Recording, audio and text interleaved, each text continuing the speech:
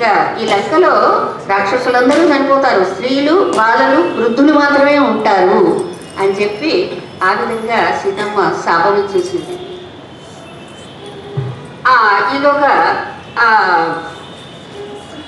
వాళ్ళైనా లెక్క చేయకుండా వాళ్ళందరూ కూడా సీతమ్మ మీద శూలాలు అవన్నీ చూపిస్తూ ఆమెను బెదిరించడం మొదలుపెట్టారు. చుట్టూ చేరి నువ్వు లొంగిపో సీత అని చెప్పేసి చివరికి వాళ్ళు అన్నారు కదా, ఈమె చెప్తే మాటలు వింటలేదు, మనం రావణాసుడి దగ్గరికి వెళ్దాము, ఈమెను మనం పీక నిలువి చంపేద్దాం, చంపేసి రావణాసుడి దగ్గరికి వెళ్దాం, వీళ్ళు ఆమె చచ్చిపోయిందని చెప్తాం, మానవ స్త్రీ చచ్చిపోయిందని చెప్తాం, ఇంకా అసలు తినేయండి అంటాడు. మనం వచ్చేసి శుభ్రంగా ఈమెను ముక్కలు ముక్కలు చేసుకొని పని చేసుకుని తినేస్తాం, నరమాంసం ఏంటండి మదిర అవన్నీ తీసుకురండి, హాయిగా తినేసి నృత్యాలు చేద్దామని వాళ్ళు ఆ విధంగా సీతమ్మని భయపెట్టి పెడుతుంటే ఆవిడ ఉడికిపోతూ ఆ చెట్టు మొదలకు వెళ్ళిపోతుంది. ఇవన్నీ పైన ఉన్నటువంటి హనుమంతులు వారు వింటున్నారు, కోపంతో మాట్లాడలేకపోతున్నారు. అప్పుడు మాట్లాడితే రామకార్యం చెడిపోతుందని అలాగే నిగ్రహించుకుని ఉన్నారు పాపం. అవన్నీ వింటున్నారు. ఈలో త్రిజట అనేటువంటి ఒక వృద్ధురాలు సీతమ్మ పట్ల సహృదయం కలిగినటువంటి ఆవిడ అక్కడికి వచ్చింది. అప్పుడే నిద్రపోయి లేచి వచ్చింది. వచ్చి ఎవరినన్నా మీరు తింటానంటున్నారు, ఆవిడ ఎవరనుకుంటున్నారు, శ్రీరామచంద్రుడి భార్య దశరథ మహారాజు గారి కోట జనక మహారాజు గారి కూతురు, ఆమెను తింటారా మీరు, మిమ్మల్ని మీరే తినండి. నాకు ఇప్పుడే ఒక కళ వచ్చింది, ఆ కళలో శ్రీరాముడికి విజయం, శ్రీరాముడికి విజయం, సీతమ్మకి శుభం కలగబోతున్నట్టుగా, ఆ తర్వాత రావణాసుడికి వినాశం కలిగించేటువంటి కళ వచ్చింది. అంటే ఏం కళ వచ్చింది, ఏమిటి చెప్పు అన్నాడు. అంటే కళ్ళలో నేను శ్రీరామచంద్రుడిని చూశాను, పుష్పక విమానం మీద చక్కటి తెల్లటి వస్త్రాలు పూలమాలను ధరించి సీతమ్మతో కలిసి లక్ష్మణస్వామితో కలిసి ఉత్తర దిక్కుకు వెళ్ళిపోతున్నాడు. అలాగే అంటే ఉత్తర దిక్కుకు వెళ్ళడం శ్రీరాముడు అంటే అది దేవతా స్థానం, రాముడికి విజయం. అలాగే రావణాసుడిని కూడా చూశాను. రావణాసుడు ఒళ్ళంతా నూనె రాసుకుని గాడి మీద కట్టిన రథం నుంచి కింద పడిపోయాడు, బురదలో పడిపోయాడు, ఒళ్ళంతా బురద. ఆ విధంగా ఎర్రని వస్త్రాలు కట్టుకున్నాడు, మెడలో గన్నేరు మాలను వేసుకున్నాడు. ఆ విధంగా ఒక స్త్రీ నల్లటిగా ఉంది, ఒళ్ళంతా బురద రాసుకున్న ఒక స్త్రీ ఎర్రని వస్త్రం కట్టుకుని ఆ రావణాసుడిని తాడు కట్టి లాక్కుని ఇడ్చుకుపోతుంది. ఇటు దక్షిణం వైపుని ఇడ్చుకుపోతుంది. దక్షిణం దిక్కు యమస్థానం, అంటే త్వరలో ఈ రావణాసుడికి మరణం నాశనం అన్నట్టుగా ఇటువంటి కళ వచ్చింది. రావణాసుడే కాదు, రావణాసుడు తమ్ముడు కుంభకర్ణుడు, రావణాసుడు కొడుకు అయినటువంటి ఇంద్రజిత్తు, వీళ్ళందరినీ కూడా ఈ విధంగానే దక్షిణ దిక్కు వెళ్ళిపోతున్నారు. కానీ వాళ్ళ తమ్ముడు విభీషణుడు మాత్రం చక్కగా అంతరిక్షంలో చక్కగా 4 దంతాలు కలిగినటువంటి ఏనుగు మీద చక్కగా ఊరేగి వస్తూ ఉన్నాడు అని చెప్పారు. అంటే ఆయన శుభం కలుగుతుంది. ఈ విధమైన కళ వచ్చింది, మీరు సీతమ్మను అలా బాధ పెట్టకూడదు, ఆమెను శరణాగతి వేయండి అని చెప్తే వాళ్ళు అప్పటికి భయపడిపోయారు, వెళ్ళిపోయారు. అక్కడి నుంచి ఈ విధంగా హనుమంతుల వారు ఇదంతా విన్నారు. విన్న తర్వాత ఇక మెల్లిగా సీతమ్మని చూడటం జరిగింది. మరి సీతమ్మని కూడా మాట్లాడాలి. అయితే ఈ రాక్షస స్త్రీలు ఉన్నారు, ఎలాగో వాళ్ళు కుంటుపాట్లు పడుతున్నప్పుడు ఏమో ఏమారినప్పుడు వెళ్ళి సీతమ్మతో మాట్లాడాలి, శ్రీరాముడు సందేశం ఇవ్వాలి. అంతేగాని సీతమ్మని మాట్లాడకుండా శ్రీరాముడి దగ్గరికి వెళ్ళి సీతమ్మని చూసొచ్చానని చెప్తే శ్రీరాముడికి ఆనందం కలగదు కదా, తృప్తి కలగదు కదా. అయ్యో సీతతో మాట్లాడలేదా అంటాడు కదా. నా రాముడికి ఆ విధంగా కలిగించకూడదు కదా, అసంతృప్తి కలిగించకూడదు కదా, సీతమ్మతో మాట్లాడాలి. అయినా నేను సీతమ్మతో మాట్లాడకుండా వెళితే నన్ను రక్షించే వాళ్ళు ఎవరూ లేరు కదా అని చెప్పి సీతమ్మ మళ్ళీ ప్రాణాలు తీసుకోవచ్చు అని చెప్పి అనుకున్నారు. అంతకుముందే ఆవిడ వృక్షం దగ్గరికి వచ్చి తన యొక్క చుట్టూతో ఆ కొమ్మకి ఉరి వేసేసుకుందాం అన్నంత బాధ కలిగింది. ఎలాగూ రావణాసుడి చేతిలో చనిపోవాల్సి వస్తుంది, రావణుడు వస్తాడో లేదో అనేటువంటి బాధలో ఉన్న ఆవిడకి కాసేపు రామధ్యానం చేసుకున్నప్పుడు ఆవిడకి ఎడమ కన్ను అదటం, ఎడమ ముఖం అదరటం, ఎడమ తొడ అదరటం, ఇటువంటి శుభసూచనాలన్నీ కనిపించాయి, శుభసపనాలు కనిపించాయి. అంటే ఇదివరకు ఇలాంటి సపనాలు కనిపించిన వాళ్ళకి కొంత శుభం జరిగింది. అందుకని నాకు శుభం కలుగుతుంది అని చెప్పి వెంటనే ఆ ప్రయత్నం మానుకుంటాడు. అంటే ఎవరు కూడా ఒక పని జరగలేదు అని దుఃఖంతో ఆత్మహత్య చేసుకోకూడదు. కష్టం వస్తే భగవంతుడు ప్రార్థించాలి, భగవంతుడు చూసుకుంటాడు.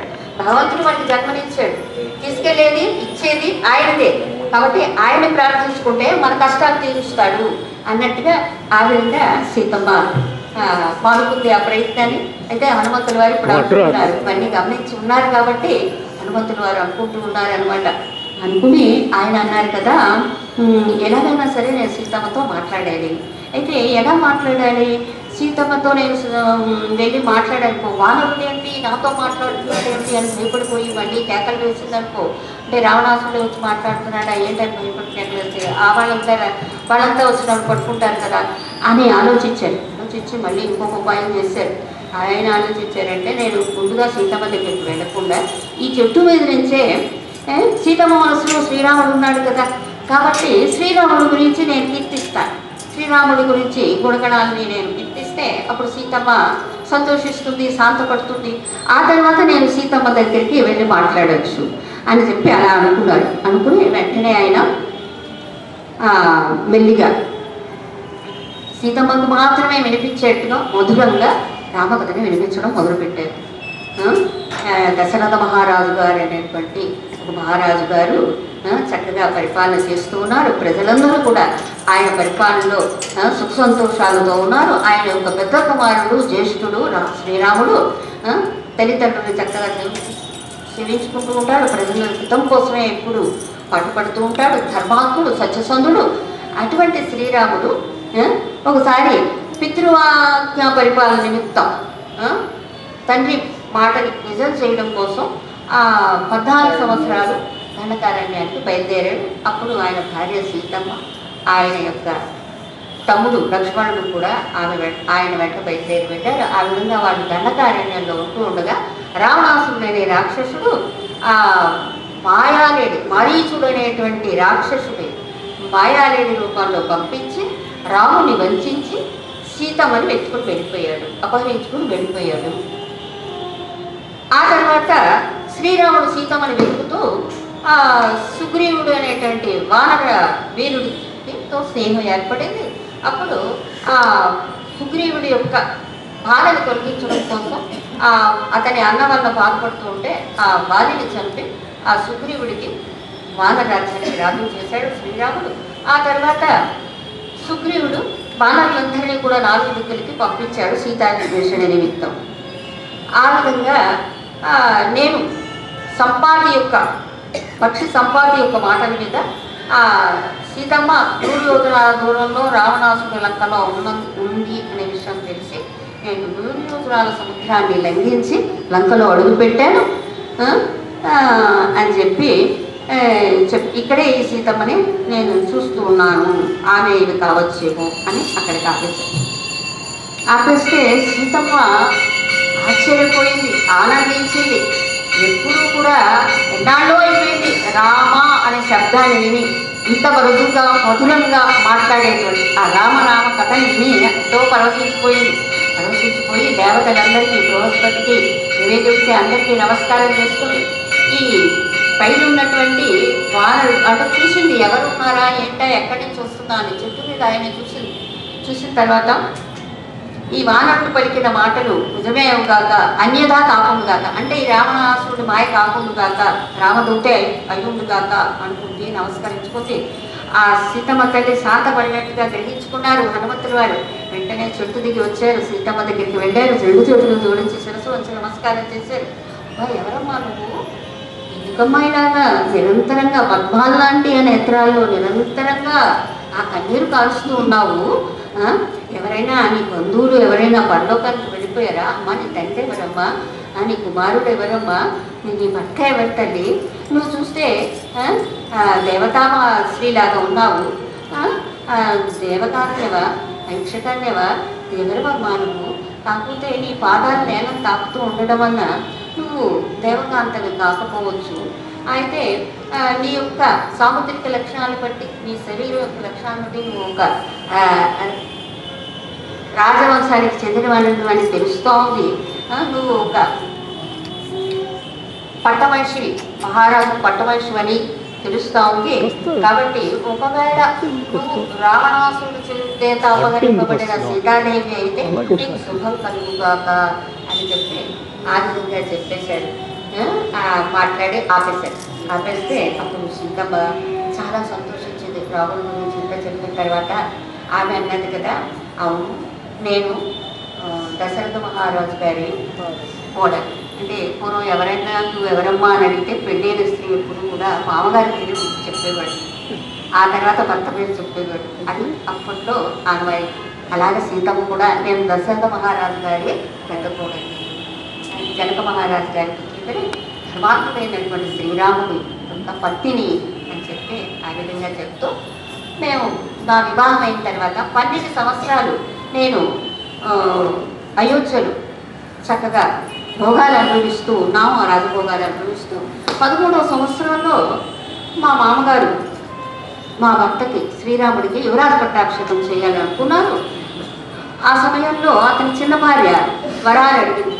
ఆ వరాల కారణంగా శ్రీరాముడు 14 సంవత్సరాలు అడవికి వెళ్ళాలని తన కుమారుడు మనుషుడికి పట్టాభిషేకం చేయాలి. అయితే శ్రీరాముడు తండ్రి ఆజ్ఞని పట్టాభిషేకం కంటే గొప్పగా భావించి శ్రీరాముడు అడవులకు వెళ్ళడానికి సిద్ధమైపోయాడు. పట్టు వస్త్రాలు వదిలేసి నార వస్త్రాలు ధరించి అడవికి బయలుదేరాడు. ఆయన వెంట నేను, నా వెంట మా మరిది లక్ష్మణస్వామి కూడా బయలుదేరారు. ఆ విధంగా మేము దండకారణ్యంలో ప్రవేశించగా అక్కడ నా భర్త లేని సమయంలో, మా మరిది లేని సమయంలో రావణాసుడు అనే రాక్షసుడు వచ్చి నన్ను అపహరించుకుని వెళ్ళిపోయాడు. ఇక నాకు 2 మాసాల గడువు మాత్రమే ఇచ్చాడు. అంటే శ్రీరాముడు వనవాసం 13 సంవత్సరాలు అయిపోయిన తర్వాత 14వ సంవత్సరంలో రావణాసుడు ఆమెను ఎత్తుకొచ్చాడు. అప్పుడు ఎత్తుకొచ్చిన దగ్గర నుంచి నీకు 1 సంవత్సర కాలం వ్యవధిస్తున్నాను అన్నాడు. హనుమంతుల వారు వచ్చేటప్పటికి 10 నెలల కాలం అయిపోయింది, 2 మాసాలే మిగిలి ఉంది అనమాట. అందుకని ఆమె నాకు 2 మాసాలే మిగిలి ఉంది, 2 మాసాల తర్వాత నేను ఇంక బ్రతకను అని చెప్పి అప్పుడు హనుమంతుల వారు అన్నారు, అమ్మా నేను రామదూతనమ్మా, శ్రీరాముడు నీకు కుశలాన్ని అడిగాడు తల్లి, రాముడి యొక్క సందేశంతో నీ దగ్గరికి వచ్చానమ్మా. లక్ష్మణస్వామి కుశలంగా ఉన్నాడు, శ్రీరాముడు కుశలంగా ఉన్నారు, సుగ్రీవుడు అతని మిత్రుడు వాళ్ళందరూ కూడా నీ క్షేమాన్ని కోరుతున్నారమ్మా అని చెప్తే సీతమ్మ ఎంతో సంతోషించేది. అంటుంది అప్పుడు సీతమ్మ, అందుకే మనిషి ఎప్పటికైనా సరే బతికే ఉండాలి. ఎప్పటికైనా సరే 100 సంవత్సరాలు ఎంతకాలంకైనా సరే తను అనుకున్నది సాధించగలడు, తను చూడాలనుకున్నది చూడగలడు, తను పొందాలనుకున్నది పొందగలడు, అంతేగాని ఆత్మహత్య చేసుకోకూడదు అని ఇప్పుడు ఆమె అనుకుంటుంది అని పెద్దలు అన్నారు అని లోకోక్తి. అంతేగాని ప్రాణం తీసుకోకూడదు, బతికి ఉండాలి, ఉంటేనే మన